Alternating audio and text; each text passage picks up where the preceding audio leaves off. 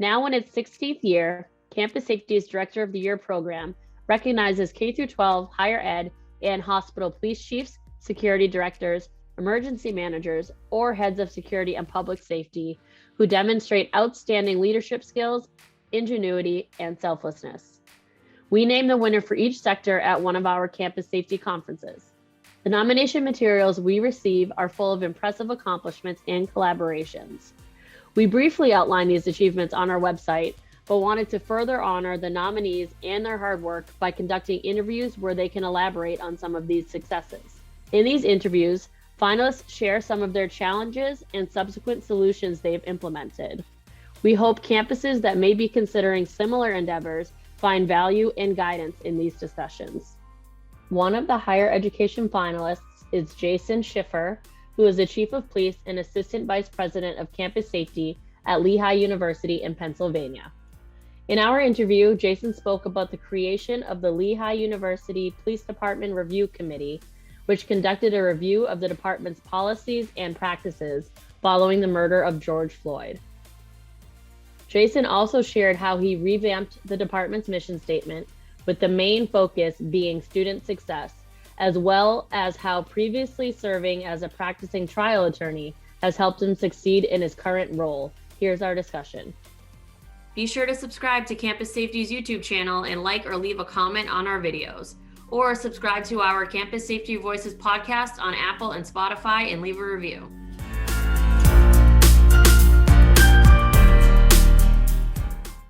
Your Campus Safety Director of the Year nomination was submitted by Lehigh University's Assistant Chief of Police, probably the person who knows you the best in your job. And as the nomination says, as Chief of Police yourself, you completely revamped your department's mission statement with one of its main focuses being student success.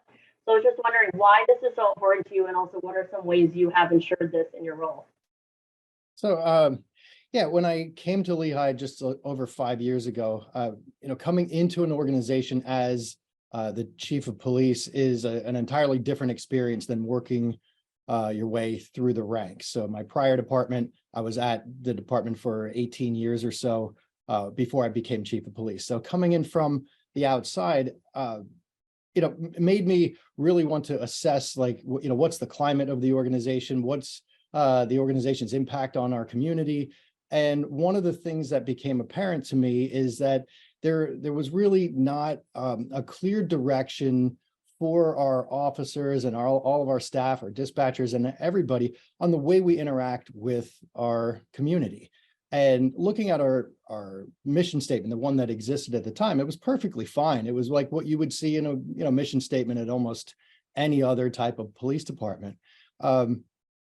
But one of the things that I continued to hear as I met with students and other stakeholders at Lehigh was that there were many who felt that the police department's interactions were like a net negative, that they weren't supportive of the overall mission of the university. So that became something, I guess, that I kept hearing over and over again. And I thought, if we can provide that type of direction to our staff or to our police officers, supervisors, our dispatchers, to give some type of guidance. There's no possible way that you can give the exact guidance for every situation. When you have staff working 24 hours a day, you're not there to tell them what to do, nor should you be. So, I felt like that rewriting of the mission statement as a very student-focused, like student success-focused, something that aligns with the university's mission, I was hoping would provide that direction to our officers. If they're unsure of what should I do in this situation, always go back to, well, if you can help somebody, if you can help the student out, and if it's going to have a net positive result, what actions could you take right now to positively affect those that you're dealing with? And I was hoping that was the guidance that would, kind of carry the day and give that direction to our officers in the absence of clear policy. Yeah, absolutely. Other people in your position that I've spoken to with different campuses have the same idea. It's, kids are going to make mistakes while they're in school, and you can only give so many passes and only in certain situations, obviously, but if it's going to impact their education for making one small mistake, they're more likely to use those as teaching moments versus just arresting someone. So it's a completely different animal, like you were saying, than being in a city police department or a town municipal police department. And I also find, a lot of people don't like change. Did you find that your officers, any of them, were kind of pushing back, or were they mostly accepting of that guidance? Everyone wants more guidance in their job. Yeah, you hit the nail on the head. There's two things police officers don't like. It's the way things are and change. Yeah, there's definitely some officers who did not like the changes that were implemented. And I would say that a very large portion did like what was going on. And we had, staff overturn because of that, because of the direction that we were taking the department. There were some that didn't like it, and, they voted with their feet and moved on. Which was fine with me, because then we could begin replacing those individuals with those who bought into the mission and the reason we're going to be here. But I would say overall, there was a lot of support. If you think about it, so a lot of those interactions our officers were having with our students were negative. We were arresting a lot of students for a lot of alcohol violations and low-level violations. And, that led to an environment where our students were afraid of the police. And that was kind of the other, maybe that the bigger reason that I felt that this change was necessary. If you have a student population that's afraid of its police or campus safety, they're going to hesitate to call for help if somebody is in danger, especially when you talk about high levels of intoxication. The last thing anybody needs is for hesitation or someone to not call when we need help. So if we could build trust and build positive relationships with our community, I felt that there's a greater likelihood that people will call for help if somebody actually needs it. Yeah, absolutely. And I'm sure there are many of them that we could talk about, but are there any that you in particular noticeable outcomes that you can point to that stemmed from the changes that you made to the mission statement and how the department is run? Sure. I mean, I think, notably, we're looking at enormous decreases in the amount of arrests, which is that's something that we can manipulate, just stop arresting people, which we kind of did. So we have about a 95% reduction in arrests of our students over the past 5 years. But what I think is important is, number one, we didn't have a spike. Actually, we do have a reduction in the overall number of alcohol transports to the hospitals. We have a reduction in the average BAC level of students that are being transported to the hospital. And we've had a significant increase in the number of calls for assistance, students who are willing to call when somebody needs help. So, to me, if you put all of those together, I feel very good about the efforts that we've taken and the results that we're getting. I feel that we have a student population that knows and trusts that we're not, our mission isn't to go out and get as many arrests as possible by any means. We're there to actually help and protect them, and they're willing to call for help when somebody needs it. So to me, that's the biggest victory. That's why we're here. And now, before joining Lehigh, your nomination says that you went to law school while working full-time. You're crazy, for the Bethlehem Police Department. And after retiring from that, you served as a practicing trial attorney. And some of the cases that you handled were alleged Title IX violations. How did what you learned from that help you once you became Lehigh's chief of police? I mean, overall, I would say the practice of law helped really prepare me to do a better job as the head of an organization. Obviously, knowing and understanding liability, and if you understand how to pick apart an organization when they didn't do what was right, you also understand the other side of how to protect an organization and how to do the right thing at all times. So I did have some experience filing lawsuits in federal court for Title IX violations, mainly in the LGBT community. We were using Title IX to advocate for It was primarily in like K through 12 public school settings where, different treatment of those because of their gender and sexuality, and that sort of thing. So I gained a very deep understanding and appreciation of Title IX and what the requirements are. And, I think really becoming an advocate for underrepresented groups really has helped me in the higher education environment where we have, Lehigh University is a very diverse school with, I think there's students from around about 80 countries from around the world, almost every state. So we're drawing a population from across the globe, and being able to empathize with every individual, where they're coming from and what they bring to our community, I think has been a really big help. And now, one accomplishment I was impressed with reading the nomination was the creation of the Lehigh University Police Department Review Committee. Can you talk about this committee, how it was established, and what the committee does? Sure. So we're timeline-wise, it was, I guess, shortly after the murder of George Floyd, and the university as a whole was discussing very specifically the fact that Lehigh wanted to become an anti-racist institution. And I was part of these, like senior leadership meetings where this was being discussed.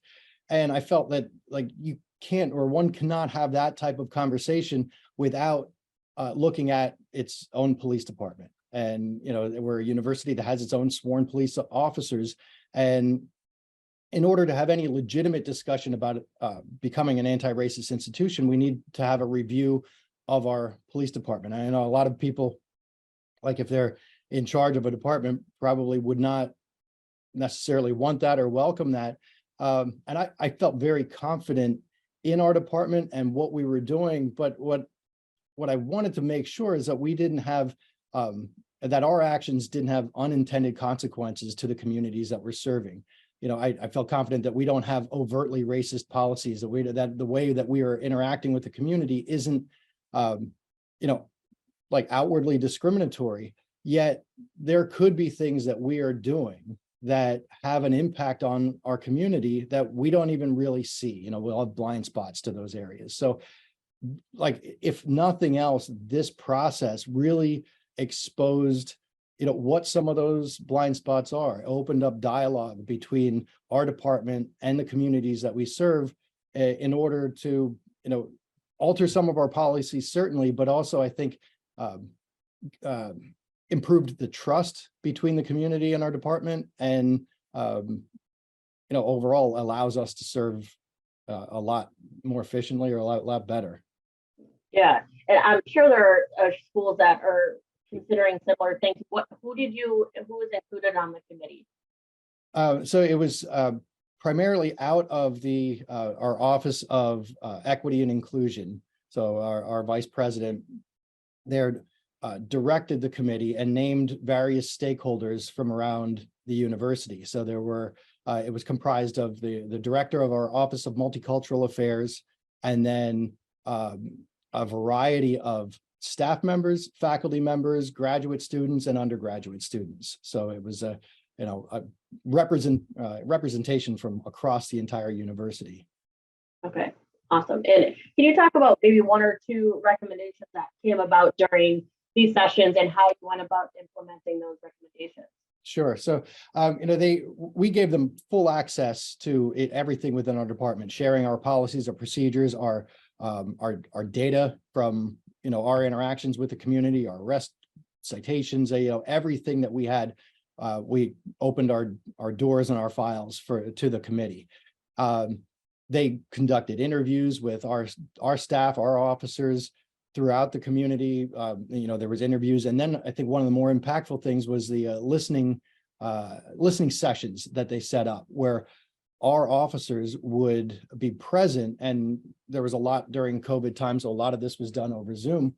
But there were listening sessions where we would be present and listening to members of our community who felt comfortable coming forward and expressing their view of how those interactions went, and what kind of impact it had on them, whatever our interactions were. So we took a couple of actions. I think we've completely changed and rewrote our sexual assault policy, how we deal with individuals who are reporting any type of gender violence. And I believe that we have probably, hopefully one of the most progressive policies in that area, a very trauma-informed policy that was developed in conjunction with the other experts on our campus, the heads of our gender violence education and support offices at the university. And we're still undergoing processes to try to do the best job that we can to not re-victimize someone that's reporting any type of gender violence. We redrafted our use of force policy with not just like that constitutional look at what is an acceptable use of force, but drafting that with a community standard approach, because there's a gap between what our laws and our Constitution has deemed to be an acceptable use of force and what our communities have expressed is an acceptable use of force. So we took all of that we learned through the listening sessions and this process and incorporated a lot of that into our use of force policies and then our training as well.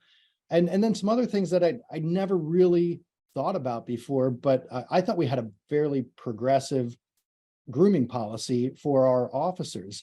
But this really kind of opened my eyes, this process opened my eyes to there were things in our policies that were restrictive and really didn't need to be in there. A lot of gender-based restrictions with hair length and things like makeup and nail polish and hairstyles. And we really kind of adopted a viewpoint that if it's not a safety issue for the officer or for someone else, there should be no restrictions as far as that grooming, the hair, the makeup, earrings. Typical police policies might have, well, a female officer can wear earrings. And okay, why only female officers? It's not like it's encouraging male officers to wear earrings, but why should we have restrictions? And the end goal of that is hopefully to be able to attract and retain officers from a much wider, much more diverse pool of candidates. Yeah, and I mean, a police force ideally is reflective of the community that it serves. And if you're seeing someone like completely buttoned up, so like the traditional police look, like you were saying, it might make them seem less approachable. And I found in my town, I've noticed there used to be no facial hair, and now I see police officers in my town having facial hair, and I'm like, oh, good for them. Yeah. So when we did the same, it came out of the No Shave November, where a lot of departments will do that and raise money for cancer research, and we did that, and then it was one of our officers even asking, like, why can't we continue this? And I had the old mindset of the past 20-25 years of policing. And, I'll admit my initial reaction is, well, you can't. And then after a while, and I think a lot of this, that LUPD review committee process really enabled me to think differently and question all of these things. Well, yeah, why not? And especially like if we do it for 1 month out of the year to raise money, obviously it's not a bad thing. Problem, not a safety issue or anything. Yeah. So we extended it, and there was many officers that really appreciate that.